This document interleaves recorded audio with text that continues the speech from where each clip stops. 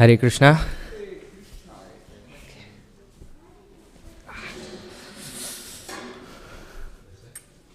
Welcome to the daily morning Srimad Bhagavatam class at Sri Sri Radha Kalachandidam.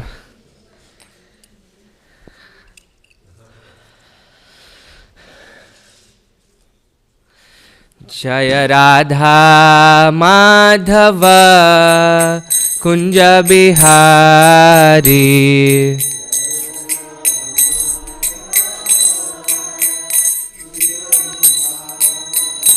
Jaya Radha Madhava Kunja Bihari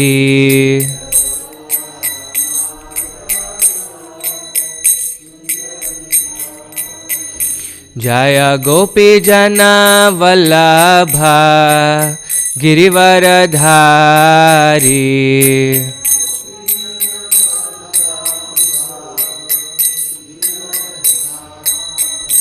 Jaya Gopi Jana Vallabha Girivaradhari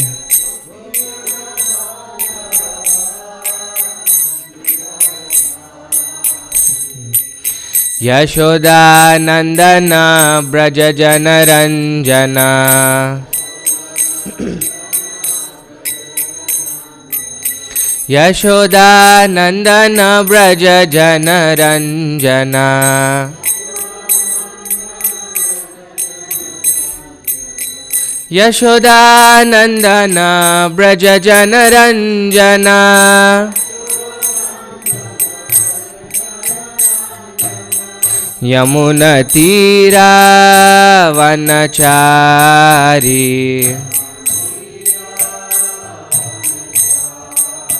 Yamuna Tira Vanachari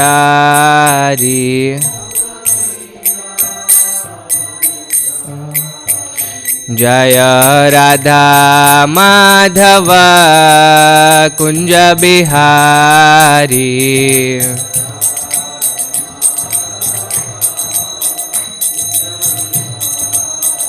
Jaya Radha Madhava Kunja Bihari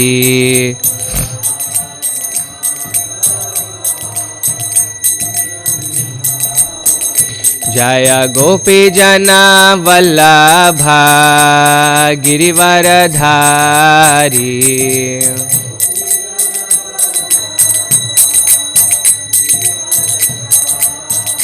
Jaya Gopi Jana Vallabha Girivaradhari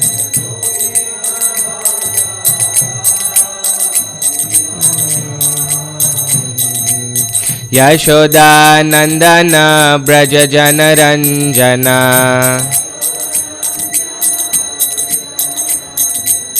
Yashoda Nandana Braja Jana Ranjana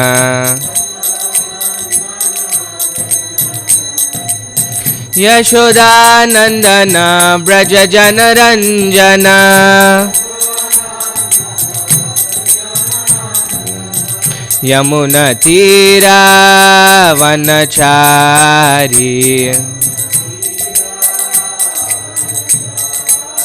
Yamuna Tira Vanachari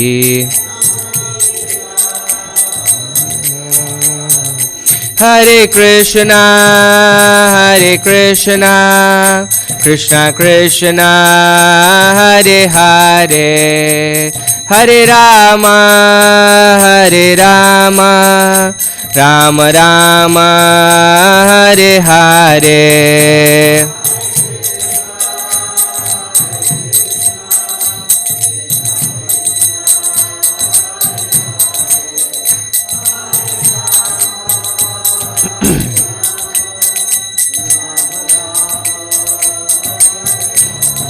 Hare Krishna Krishna Krishna Hare Hare Hare Rama Rama Rama Hare Hare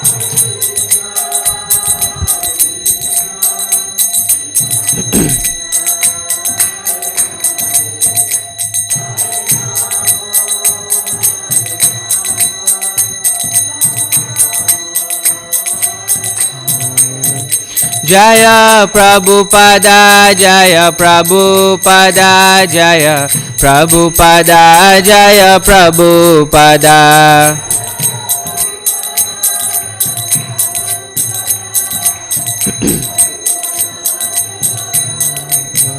Jaya Jaya Prabhupada, Prabhupada, Prabhupada, Jaya Jaya Prabhupada.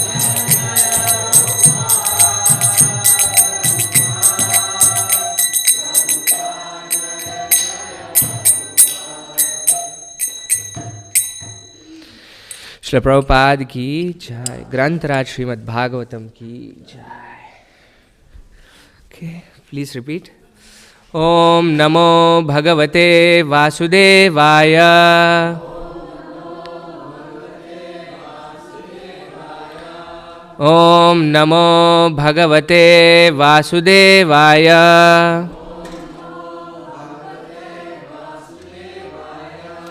Om Namo Bhagavate Vasudevaya.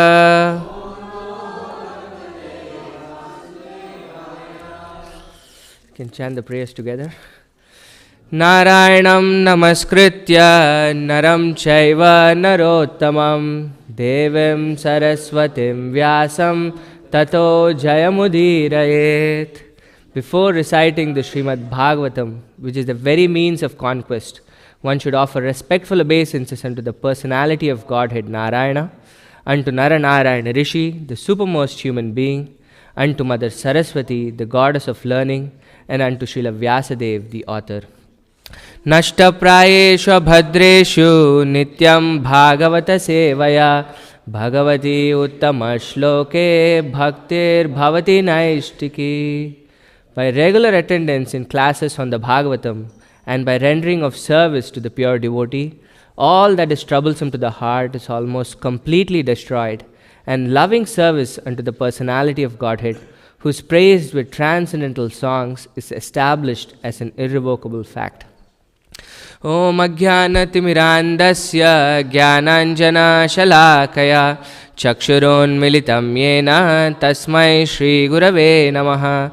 Shri Chaitanya Manobishtam Stapitam Yena Bhutale Swayam Rupa Kada Mahyam Dadati Swapadantikam Vandeham Shri Guru Shri Utapadakamalam Shri Gurun Vaishnavamsha Shri Rupam Sagrajatam Sahagana Raghunathanvitam Tam Sajivam Sadvaitam Savadutam Parijana Sahitam Krishna Chaitanya Devam Shri Radha Krishna Padan Sahagana Lalita Shri Vishakanvitamsha. He Krishna Karuna Sindho Dinabandho Jagatpate Gopesha Gopika Kanta Radha Kanta Namostute Tapta Kanchana Gaurangi Radhe Vrindavaneshwari Vrishabhanu Sute Devi Pranamami Hari Priye Vancha Kalpatarubhyascha Kripa Sindhubhya Evacha Patitanam Pavanebhyo Vaishnavebhyo Namo Namaha. Jaya Shri Krishna Chaitanya Prabhu Nityananda Shri Advaita Gadadhara Shri Vasadi Gaura Bhakta Vrinda. Hare Krishna Krishna Krishna Hare Hare Hare Rama Rama Rama Hare Hare. Namo Vishnupadaya Krishna Presthaya Bhutale Srimate Bhaktivedanta Swaminiti Namine. Namaste Saraswate Deve Gauravani Pracharine Nirvisesha Shunyavadi Paschatya Deshatarine. Okay. We're continuing with our reading of Srimad Bhagavatam. This is Canto 4 and we're beginning chapter 2 today. And the title of the chapter is Daksha curses Lord Shiva. We'll do text 1 through 19 and text 19 is our verse for focus today.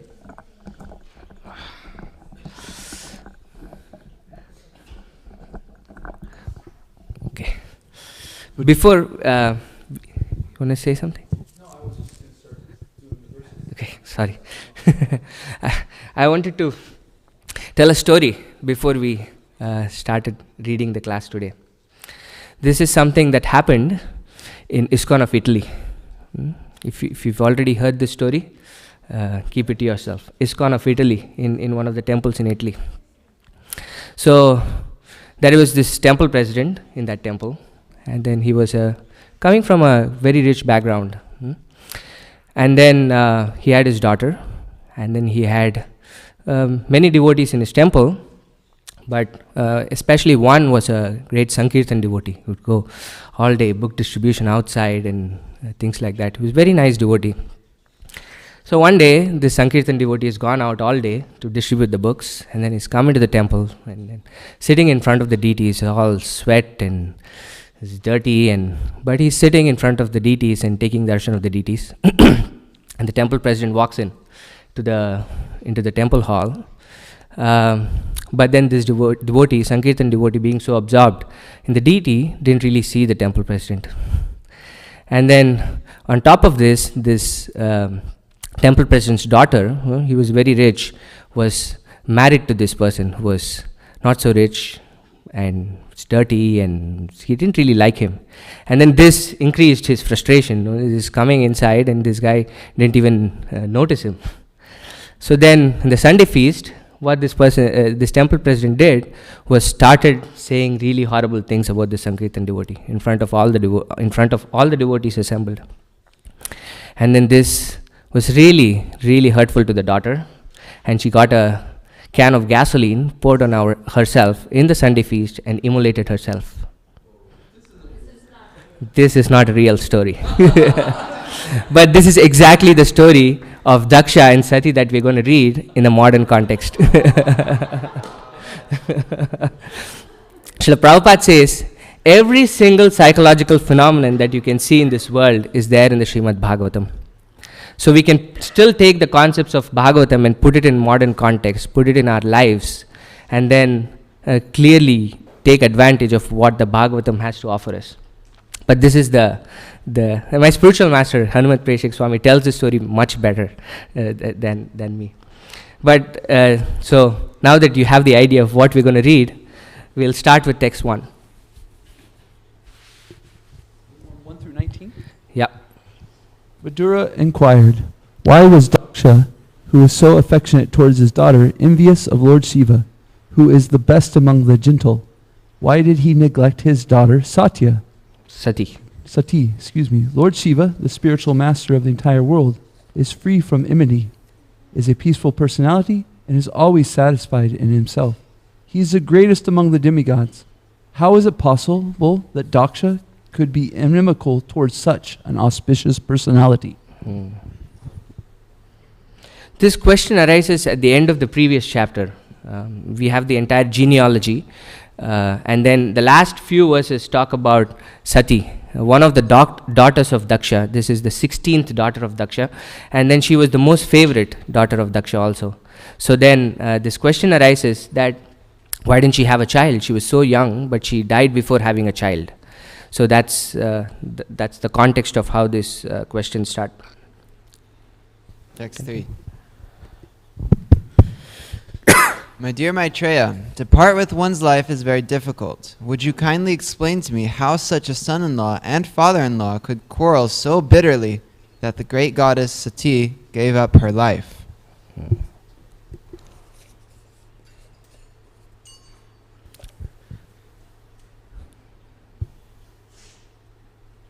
The sage Maitreya said, in a former time the leaders of the universal creation performed a great sacrifice in which all the great sages, philosophers, demigods, and fire gods assembled with their followers. When Daksha, the leader of the Prajapatis, entered that assembly, his personal bodily luster, as bright as the effulgence of the sun, the entire assembly was illuminated, and all the assembled personalities became insignificant in his presence.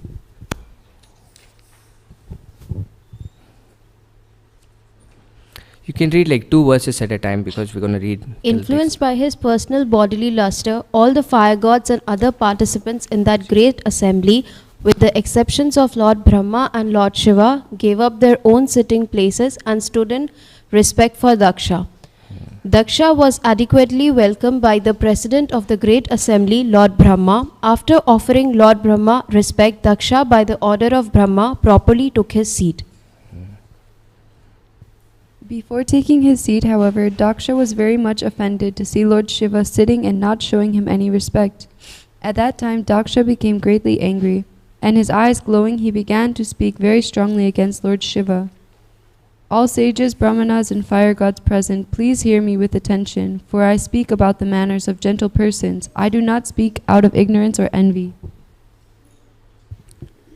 Shiva has exploited the name and fame of the governors of the universe and has polluted the path of gentle manners because he is shameless. He doesn't know how to act. He has already accepted himself as my subordinate by marrying my daughter in the presence of fire and Brahmins. He has married my He has married my daughter, who is equal to Gayatri, and has pretended to be just like an honest person.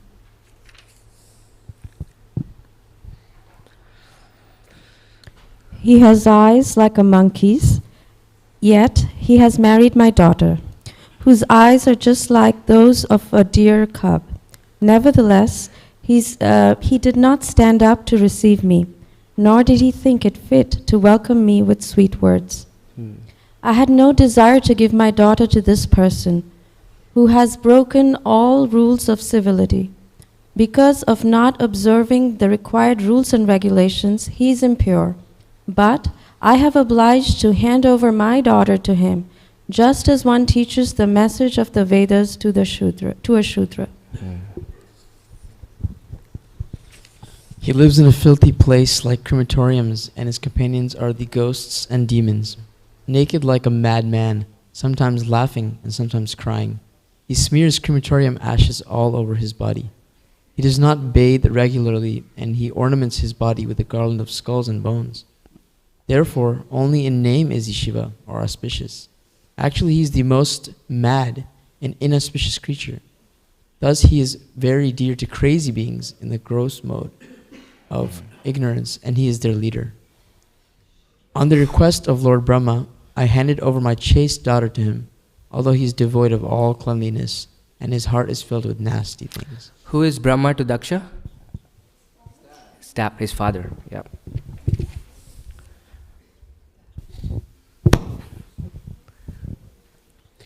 Text 17. The sage Maitreya continued, thus Daksha, seeing Lord Shiva sitting as if against him, washed his hands and mouths and cursed him in the following words. 18. The demigods are eligible to share in the oblation of sacrifice, but Lord Shiva, who is the lowest of all the demigods, should not have a share. Yeah, so text 19, we'll read the Sanskrit. So this is Daksha. He got so angry at Lord Shiva because in the assembly when he entered, Lord Shiva didn't stand up. Because Lord Shiva was his son-in-law, and the son-in-law is expected according to etiquette to stand up to somebody who is the father-in-law. The only person who was exempt there was Lord Brahma, because he was the father of Daksha. Everybody else, the Bhagavatam says, were standing up when Daksha entered the assembly. But just as he was going to sit, he noticed Lord Shiva didn't really stand up to him, for him. So then he curses Lord Shiva that when you do a fire sacrifice, all the demigods get a share of it. So he said, now Lord Shiva, although he is a demigod, will not get a share of it. So we'll see, Prabhupada has a very nice purport to that verse also, and he comments Vishwanath Chakravarti. But we'll go to text 19, which is a really nice verse also. We'll do the Sanskrit and then we'll discuss a little. Nishidyamana sasadasya mukher Daksho giritraya visrijya shapam Tasmad vinishkramya vivritta manyur Jagama kauravya nijam niketanam निषिध्यमाना ससधस्य मुख्यैर दक्षो गिरित्राय विसृज्य शापम् तस्माद्विनिष्क्रम्य विवृद्धमन्योर जगाम कौरव्यनिजं निकेतनम् निषिध्यमान ससधस्य मुख्यैर दक्षो गिरित्राय विसृज्य शापम् तस्माद्विनिष्क्रम्य विवृद्धमन्योर जगाम कौरव्यनिजं निकेतनम्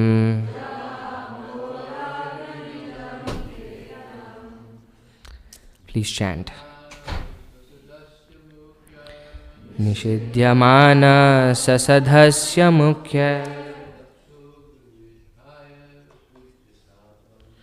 दक्षो गिरित्राय विसृज्य शापम् तस्मात् विनिष्क्रम्य विवृद्धमान्योर जघाम कौरव्यनिजं निकेतनम्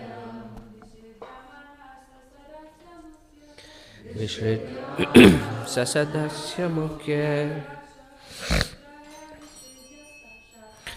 दक्षो गिरित्राय विसृज्य शापम् तस्माद्विनिष्क्रम्य विवृद्धमन्यो जगाम कौरव्यनिजं निकेतनम्. Okay, translation and purport by His Divine Grace A.C. Bhaktivedanta Swami Srila Prabhupada ki jai. This is the word for word translation. Nishidhyamana, being requested not to. Saha, he, Daksha. Sadasya Mukhai, by the members of the sacrifice. Daksha, Giritraya, to Shiva. Visrijya, giving. Shapam, a curse. Tasmat, from that place. Vinishkramya, going out. Vivriddhamanyu, being exceedingly angry. Jagama, went. Kauravya, O Vidura. Nijam, to his own. Niketanam, home. Translation. Maitreya continued, my dear Vidura, in spite of the requests of all members of the sacrificial assembly, Daksha, in great anger, cursed Lord Shiva and then left the assembly and went back to his home. Please repeat. Maitreya continued, my dear Vidura, in spite of the requests of all the members of the sacrificial assembly, Daksha, in great anger, cursed Lord Shiva and then left the assembly and went back to his home. Purport. Anger is so detrimental that even a great personality like Daksha, out of anger, left the arena where Brahma was presiding, and all the great sages and pious and saintly persons were assembled. All of them requested him not to leave, but infuriated, he left, thinking that the auspicious place was not fit for him. Puffed up by his exalted position, he thought that no one was greater than he in argument. It appears that all the members of the assembly, including Lord Brahma, requested him not to be angry and leave their company. But in spite of all these requests, he left. That is the effect of cruel anger. In Bhagavad Gita, therefore, it is advised that one who desires to make tangible advancement in spiritual consciousness must avoid three things: lust, anger, and the mode of passion. Actually, we can see that lust, anger, and passion make a man crazy, even though he can be as great as Daksha. The very name Daksha suggests that he was expert in all material activities.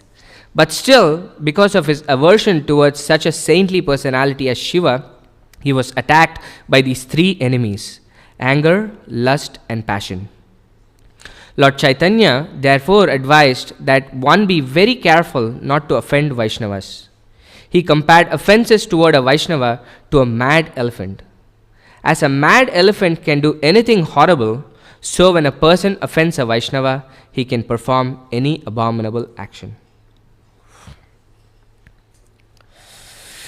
Yeah. So Daksha was so angry at Shiva, and you could see the language that he was using when describing Shiva. Very horrible. And this was such a great personality. This was one of the Prajapatis, right? Daksha was not an ordinary person. It says when he entered the assembly of the sacrificial, where the sacrifice was going to take place, his bodily effulgence was so bright that everybody was looking at him. Like just when he entered, something was glowing in the room. That's how exalted he was. And yet, you can see what anger can do to a person, even as great as Daksha. Srila Prabhupada says in the purport. Rupa Goswami starts off his nectar of instruction with 6 pushes or 6 urges, right? Vacho Vegam and Manasa Krodha Vegam. This is something that Rupa Goswami is advising all the devotees that we should control. This is the urge of the mind and anger, Manasa and Krodha. He puts it together. But this Krodha is very, very hard to control. Many qualities can be dovetailed in Krishna consciousness. Even anger can, to a point, if you're really expert, can be dovetailed in Krishna consciousness. But it's very, very hard to do it. When we get angry, usually it's not for the welfare of others. You could see that Prabhupada would get really angry at his disciples. But the disciples would even cry. But then when they think back, they would be overjoyed that, oh, Prabhupada chastised me. Because Prabhupada didn't really have anything for himself that he wanted when he was chastising his disciples. But most of the time, when we get angry, it is because we want something. That is mostly the reason why we get angry. And here, Daksha wanted something. What did he want? He wanted respect. He wanted respect from the person that he really didn't like. This was Daksha's problem. He really didn't like Shiva. So he just couldn't let that go also, right? If you didn't really like a person, just let it be. But no, he couldn't let that be also. He said, oh, I really don't like this person. On top of this, this person is not respecting me. And then he got really angry, right? And Krishna gives this very nice sequence in the Gita on how you get angry. Does anybody know this? This is a scientific sequence. Yeah. Dhyayato Vishayan Pumsa Sangasteshu Pajayate Sangat Sanjayate Kama Kama Krodho Vijayate Krodhat Bhavati Sammoha Sammohat Smriti Vibrama Smriti Brimshat Buddhi Nasho Buddhi Nashat Pranashyati. Krishna gives this incredible cycle of why we get angry. So, first, initially, what happens is we start contemplating our senses on the object of the senses. Dhyayate Vishayan Pumsa. So slowly what happens is that this contemplation becomes attachment. So when you're constantly contemplating on something, you get attached to it, Krishna says. After being attached, if you continue contemplating on that object, then it develops into something called lust. So what is lust?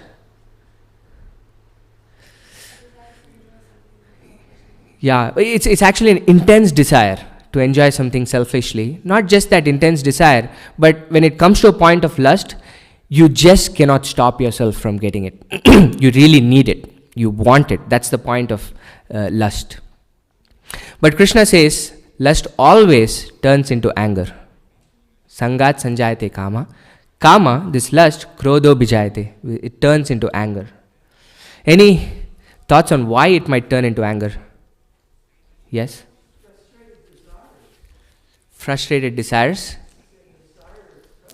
Yeah. You want something so bad, but you're not able to get it. So it naturally results in frustration, and therefore you're angry about it. Trisha, and then you? He was raising his hand. Desires are endless. Yeah, desires are endless. Get it. You want something more. Yeah, your desires our desires are so endless that we really get what we want, right? We are so fixed on getting it. We get something, but then it really doesn't satisfy us because our desires are so endless. Then, because we thought so much about something, and then we got it, but it was really not something that I built up in my mind. It's not meeting my expectations, So therefore, we get frustrated and angry. Why else would you get angry? You Rachel, could say the same thing. I'll give you the third scenario, right? We discussed two scenarios. One is you really want something, you don't get it. It's the obvious. You get angry and frustrated. Okay, you really want something, you get it, but then it doesn't match your expectations, so you get angry and frustrated. The third combination that you can do is you really want something and you get it, and it satisfies you. You really like it. It's according to your expectations. But still, Krishna says you will get angry. Why? Yeah, it is temporary. You lose it. That's the nature of things in this world, is that you will be separated from it or it will be separated from you. Either way, it's going to be taken away from you, right? So this is the nature of material desires, is that it can never satisfy us. And krodhat bhavati sammoha, sammohat smriti vibhrama. That when we get angry, this is what happens. We're completely deluded. And when we're deluded, we lose our intelligence. And when we lose our intelligence, we act in ways that Daksha is acting. He's completely not thinking about the situation. So he was wanting etiquette, right? I am entering the assembly. Shiva is my son-in-law and he didn't stand up. But now, when Daksha is leaving, his father, Brahma, is saying, Daksha, please don't leave. We want you to stay. And all the sages there assembled are saying, please don't leave. And then this anger, he's consumed so much by anger that he forgets his own argument. That his own argument was that Shiva is my son-in-law, he didn't stand up and he's not behaving according to proper etiquette. But this consummation of anger is so much by Daksha that he himself forgets this. That, my father is asking, right? And in fact, he's so angry that he's complaining about his father in the previous verse, right? I never wanted to marry my daughter to Shiva, but my father asked me to do it. Lord Brahma asked me to do it. He says that, right? That's why I married my daughter to Shiva. So he forgets this. So this anger is incredibly dangerous to a devotee. And Prabhupada quotes this verse from the Bhagavad Gita in his purport about the 3 gates to hell that Krishna says, right? Lust, anger, and greed. But Prabhupada mentions the mode of passion in the purport. Greed stands on the mode of passion, basically, right? So lust, anger, and greed can open up our gates to hell. And especially when we are angry, we have no control over ourselves. Therefore, we behave in really ways that we don't want to behave in. And especially when we are angry or when we lose our intelligence and behave in ways that are not proper with a Vaishnava or a devotee of the Lord, then that is the most detrimental thing that can happen to us. Right? Being angry in itself is horrible. But when you're angry and when you show that on a devotee, then that's it. Prabhupada is quoting Chaitanya Mahaprabhu saying this Vaishnava aparadh or the offense to a Vaishnava is like a mad elephant, right? Chaitanya Charitamrita, Mahaprabhu says, Brahmande Brahmite Kon Bhagyavan Jeev Guru Krishna Prasade Pai Bhakti Lata Beej. All of us have been wandering in multiple universes. Brahmande Brahmite Kon. Not just this planet, but multiple universes, right? But one such a soul becomes fortunate, Bhagyavan Jeev. And who is that fortunate soul? Guru Krishna Prasade Pai Bhakti Lata Beej. By the mercy of Guru and Krishna, we get the seed of bhakti. And the seed of bhakti, is that an apple tree?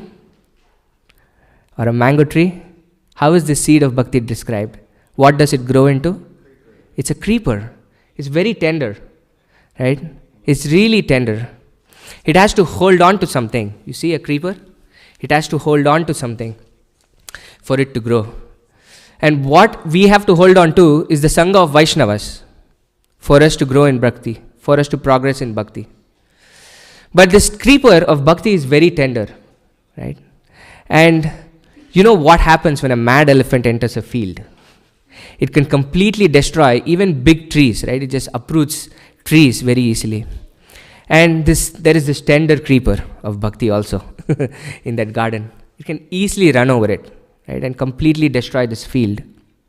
So that's why this offense towards a Vaishnava is considered a mad elephant. It can completely destroy our bhakti. And you will see what will happen to Daksha as a result of this. He was in such a great position of that of a Prajapati. He was expected to lead his progeny by example.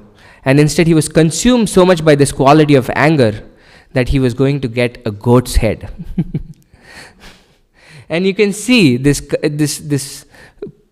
cursing and counter cursing that ensues as a result. So Daksha curses, and then we'll see the counter curses that Daksha gets and all these things like that. And then the behavior of a Vaishnava. So amidst all of this, Lord Shiva is patiently sitting there, absolutely very disappointed actually with his followers of how they are behaving. We'll see. But in the future we'll also see the reaction of a Vaishnava to such a circumstance, and how a Vaishnava in a particular circumstance such as this horrible circumstance behaves. Right? So this is Vaishnava Prad. We can say so many things about Vaishnava Prad. One is when we are committing Vaishnava Prad, which is basically the case in Daksha's situation, is that it's a horrible thing. That is very clear. And Rupa Goswami in his Nectar of Devotion says what we should do when we are in a place where devotees are blasphemed. Does anybody know what Rupa Goswami's prescription are? Yes. I don't know Rupa Goswami, but I remember reading in the purport that there are 4 things. You cut out their tongue. Oh, you cut out the tongue of a person who blasphemes. Yes, that's one. Kill yourself and give up your own body. You know why?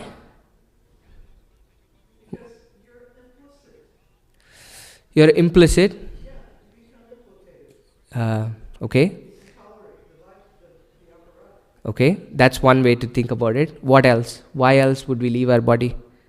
Because it's hurting our spiritual life.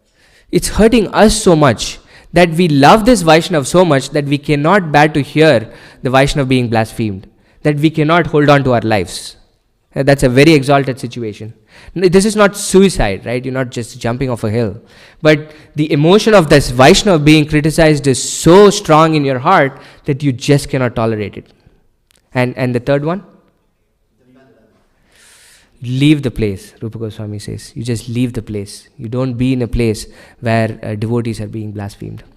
So this is 2 sides of the coin of when we blaspheme or devotees are being blasphemed.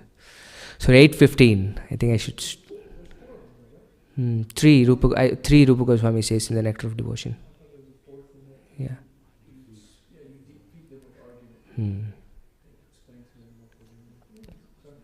It could be. I might be wrong.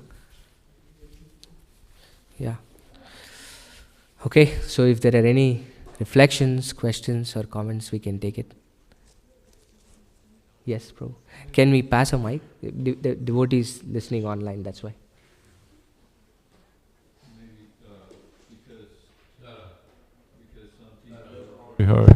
Because some people might be new here, and we don't want to see anybody go to prison. You might want to maybe have a mature conclusion to these 3 options for how devotees handle things. So the best thing would be to leave the place. Don't cut off the other person's tongue. We really don't want to do it. Thank you for bringing that up. I wanted to say that, but I forgot.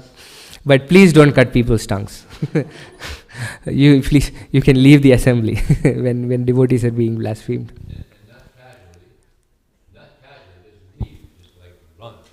Correct. Exactly. Just run. Because it can destroy our bhakti, right? It's very, very detrimental to us if we participate in such a situation.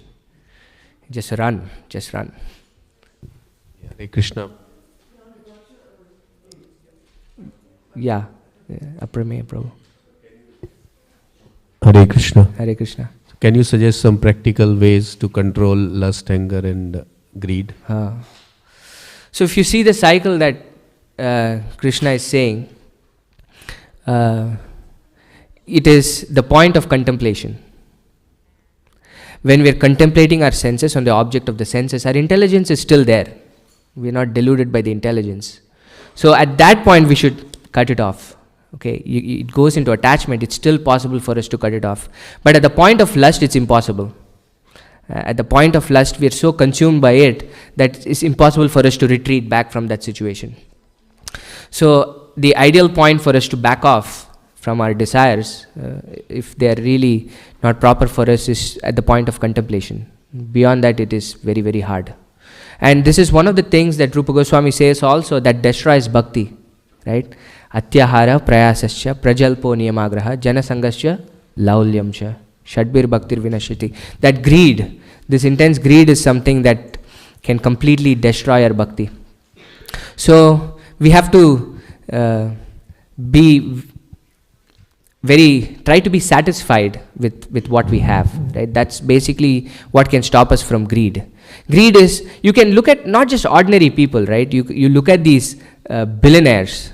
You earn your first million, you want the next million, and then the next 100 million, then the billion, then the next trillion. That's basically how we go. Then you want to own the planet, something like that. Yes, Vijay Prabhu. Just to comment that actually it's not impossible to give up lust when it gets to that point. And Prabhupada gives the example of Bilvamangala Thakur, who he was on a pilgrimage to Vrindavan. He became attracted to a lady to the point where he followed her back to her home. Yeah. And he expressed that he wanted to be with her. And she said that to her husband, and he said, well, he's a Brahmin, all right. And then he took her hairpin and plucked out his eyes. So he had succumbed to lust so much that he's following around, but then he gave it up. Correct. And he became the great Bilvamangala. So it is possible to give up lust even when he gets to that point. Correct. Yeah. Correct. It is definitely possible, but in most situations, we're so consumed by it that it's very hard for us to get out of it. And especially with Bilvamangal Thakur, he had gone through it a few times, right? And then you have these impressions, say, why am I doing this again? Right? If we really try for it, Krishna helps. He really wanted to get over it, but his modes were so strong that he was still succumbing to it. But you see here Krishna is helping. He's from Dadami Buddhi Yogamtam, right? He's from within giving him intelligence and saying, really don't want to do it. And he gets so frustrated with himself at that point that he plucks his eyes out, right? But yeah, it is definitely possible. But for most people, in general terms, when you get to the point of lust, it's like, I really need it, right? That's the point of lust. I cannot live without it. I really need to have it. So at that point, it's very hard to get out of it. Yeah, but it is possible. Yeah. We had somebody here.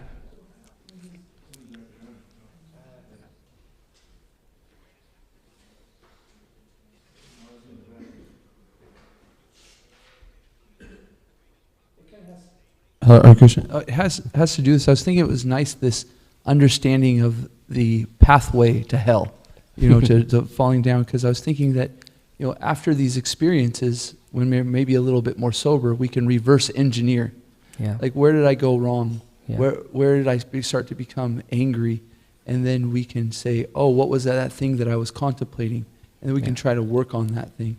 I remember hearing in Nectar of Instruction, I'm pretty positive that Srila Prabhupada said, frustration comes from material desires. Yeah. And so I could, right when I heard that, I was like, okay, if I start to get frustrated, I can sit back and go, what is my, what do I want materially here? What am I trying to, be greedy for? Yeah. And it could help me to readjust and think about how I could either give it up or try to turn it into a spiritual desire. Yeah. And on this thing at least is, it's easier for us to identify something that's gross, right? Oh, I really want a big home. But then we can say, oh, that's really not needed for me. I don't need to spend $1 million. On gross things, it's easy. But in this case, we're seeing Daksha on something that's very subtle, like Labh, Man and Pratishta, profit, adoration and prestige. That is very, very hard. That's where most adults get into problems with, right? The kids fight for toys. Adults fight when their false ego clashes. That's basically what the situation here is, right? To identify these subtle things takes a while. Oh, this is some quality that when being poked, I get really frustrated and angry. Krishna gives us that situation. Yes, Drishta. I was wondering,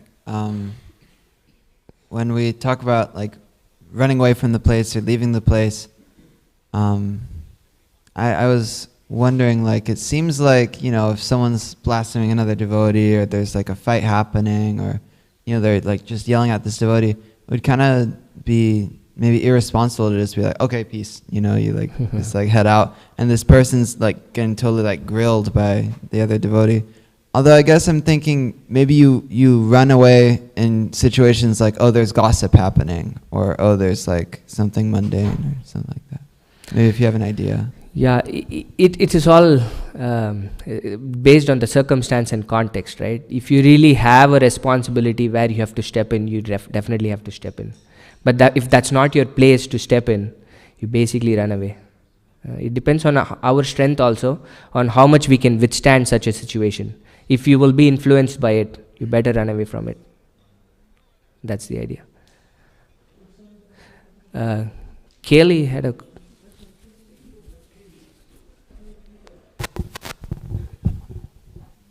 Hare Krishna. Hare Krishna. Thank you for class and all of the comments. I really appreciate. I especially like Nanda Braja's comment about taking this time for reflection, trying to understand where does this desire come from. Yeah.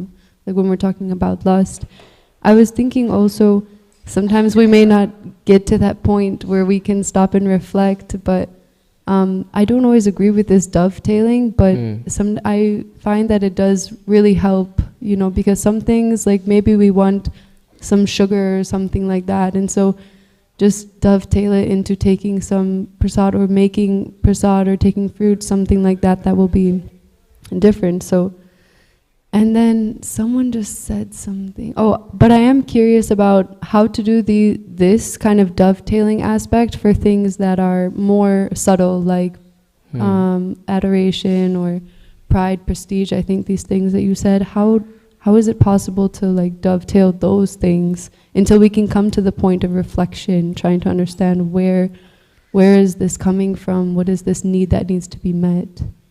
Like, why do I feel that way?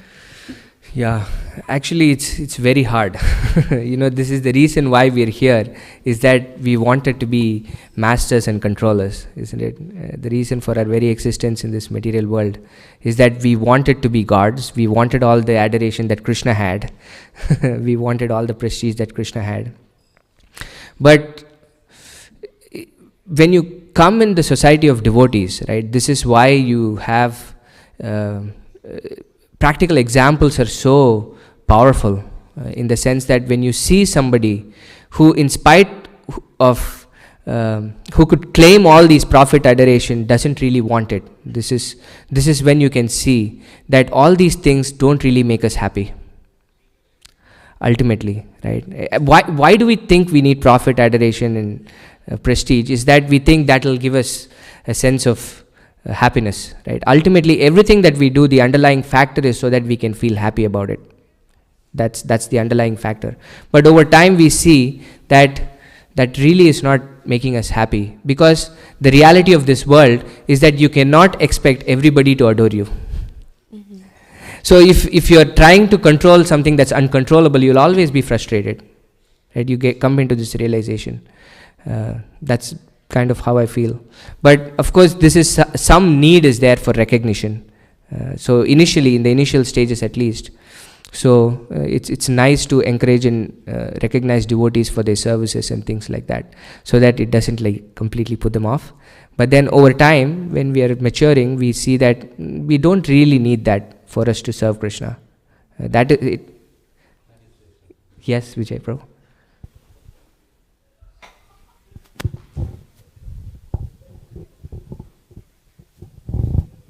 You could dovetail it by trying to make Krishna famous.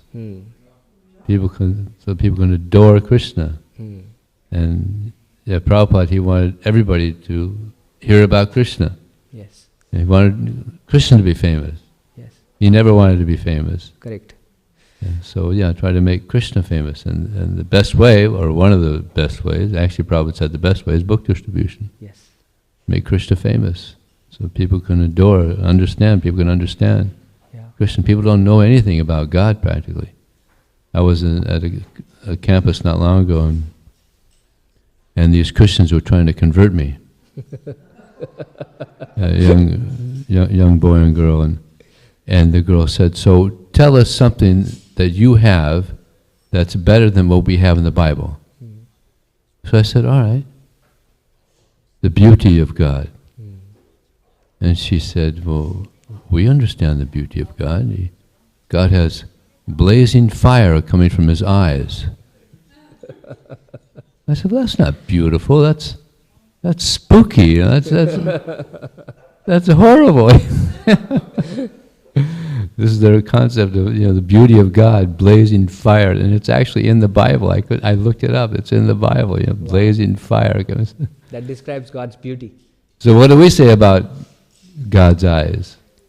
Lotus eyes. Like lotus eyes, beautiful. Yeah. Krishna is the most beautiful. So we want Krishna to be famous. Yeah, and when you're saying this, I also remember Prabhupada saying that when we have these mentality to enjoy and decorate ourselves, he says when we worship the deity, that mentality goes away. He says specifically about if we really want to wear nice clothes and decorate ourselves, Prabhupada says if we decorate the deity, that's the perfect way to dovetail that particular mentality. Because when we do that to Krishna, then he says that it's like us, when we try to decorate ourselves, Prabhupada says it's like decorating the reflection on the mirror. But when we decorate Krishna, it's like decorating the main person, and then when we see that, the reflection is automatically decorated. We automatically get that satisfaction when we dress the deity like that, right? So this is Krishna consciousness, is that we're not saying don't do this, don't do this, don't do this, don't do this. This is not a process of negation. This is a process of positive attachment. In fact, this word laulyam that Rupa Goswami uses negative in Nectar of Instruction is used positively in the Nectar of Devotion. He says we need to have this intense greed to serve Krishna. Even that greed, we can dovetail it in ways that can actually be very beneficial to us. If we have this tendency to be greedy, be very greedy to serve Krishna. That will actually invoke true love of Godhead. This is a very essential quality, Rupa Goswami says, is required in a devotee for us to progress in devotional services, this intense greed to serve Krishna. And depending on the different qualities we have so many ways in which we can serve Krishna. And you have to definitely have a mentor, because this is each of us have very specific things that we have to work on, and you need somebody who knows you, who can actually help you dovetail that quality in Krishna's service. So that's why it's very important for us to have spiritual masters.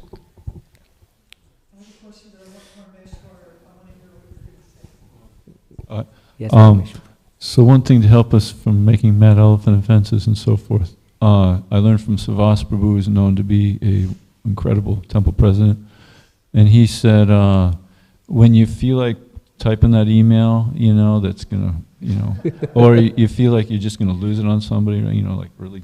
He says, just wait. I forgot the number of hours, roughly 48 hours. I can't remember. I'm putting in my mind 2 days. Yeah. I can't remember that. But just waiting 2 days. Just hold out. Just wait 2 days. It can wait 2 days, right? And then 2 days, about a day later, you're going, what was I thinking? My God, what happens if I would have said that or wrote that? Yeah. Saves us from so much trouble. That's helped me so many times. Yeah. I just wanted to share that. Thank And you. if I could just mention one other thing, Yes. you know, yesterday's class I had the duty, the acronym, and I didn't know what the T was. So we got desire to liberate everybody. You unqualified. T, use me as a tool, puppet. You know, a tool to an instrument. Yes. To do your work, Krishna, and then why full faith in your holy name. Sorry about that. Yes. Thank you. Thank you, Ro. It really helps to take your time and pause. I've typed furiously emails like that, and then it's like, okay, before you hit the send button, I really don't want to do it. And then after 2 days, I've recognized, what have I written? You know, like, oh no, it really didn't need that amount of escalation. You know, it's like whatever we're typing, it was something small, and then in our mind we blow it up so much. Yes, Mataji. Just to kind of go along Parameshwar's Prabhu's train of thought, Srila Tamal Krishna Goswami Maharaj, he used to say that, yes, being around the temple is like a scrub, like a washcloth. You're getting scrubbed and scrubbed and scrubbed. I mean, because we're becoming dear to Krishna. And to go back, we need purification. Yeah. Right? It's a shower, past the soap. Anyway, so he said that that's what it's like around the temple. But when you go on Sankirtan, it's a Brillo pad. And it really gets the gunk out. You know, like whatever you're like, anarthas are stopping your progress. Yes. Yes, thank you. The opposite quality of what Daksha is having, he's really proud of his position, right, is humility. And you can easily get a grasp of it when you go and distribute a book outside. When nobody knows you, and yet you think so highly of yourself, and people start looking up, you know, you can really get a dose of humility when you go out and distribute books. And it's like everybody should go out and try to hand over one book at least to somebody. It really gives you this, what do you call, a dose of reality. Oh, very few people in a close circle actually know you. Like people outside really don't know who you are and thinking so highly of yourself. And then when you go and give a book, they're looking at you as if you're a crazy person. It's like, why are you doing this? You know? Then it's the balloon is bursted. You know.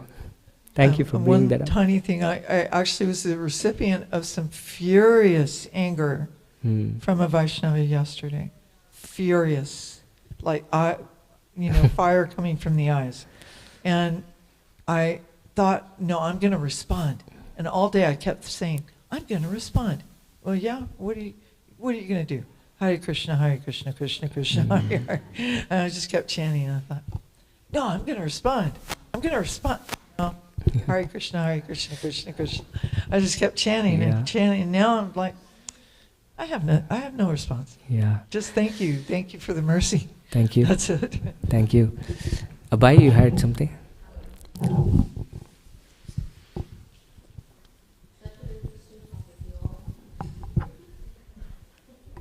Sorry for extending it more. I think we're at time. We're at like 35. So when we're dealing with Vaishnavas, especially when you're at temple or we're in daily life, I mean, we're surrounded by Vaishnavas, and so it's very difficult to keep track of the unconscious and conscious offenses we're making, especially when we start to treat like everybody's informal, like we're trying to build those relationships. So post things happening like that, maybe on a daily basis, how do we deal with the offenses we have committed, maybe in a day or a week or whatever? Yeah, when you realize it, you go and ask for forgiveness from the Vaishnava. Just go and ask for forgiveness from the Vaishnava. What about the unconscious ones, the ones that you didn't realize you were committing? We try to be conscious. And one thing that we have to always remember is this point of respect for Vaishnavas should never get out of our mind, because familiarity can breed contempt, right? When we are in a society of devotees, when we get to know each other very closely, then we take each other very lightly. But we have to recognize that every single Vaishnava, irrespective of which the Kanishta, Madhyama or Uttama Adhikari, they're still devotees of the Lord. And Rupa Goswami says we really have to respect each and every person. So we have to cultivate this consciousness that we're very fortunate, we are in the society of devotees, and we have to respect each and every one of them. This is something that we have to cultivate. This is a cultural thing, right? In a society of Vaishnavas, how do we behave is such a big topic. But for ourselves at least, there are different ways to respect a Vaishnava, right? He says, Drishtair, what is it? He says, for a Kanishta, you respect him in the mind, Rupa Goswami says. What is the verse in the Nectar of Instruction? I forget. For a Madhyamadhikari, you pay obeisance. If Uttamadhikari, you pay dandavats and serve. But the point of respect is not questioned at all. You respect everybody. But the way you respect is for their benefit and for your benefit also. That's what Rupa Goswami says. So that we have to cultivate.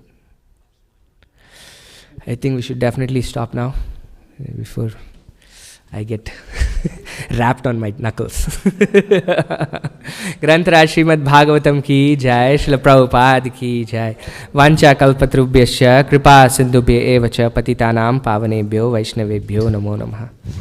Dear devotees, just before you leave, I'd like to say, out of respect from our temple, actually, not of caring of the devotees, I'd like to welcome back a few devotees who have been gone for a while. Naveen Prabhu. Haribol. Thank you so much for coming. And then Dina Prabhu is in the back here. Oh. Welcome back, Dina. Dina was the Krishna House Women's Ashram leader, did so much service.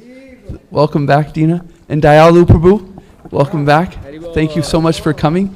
I would say welcome, but you guys are family, so it's not that you guys are guests, you're just coming back. So thank you very much. Hare Krishna.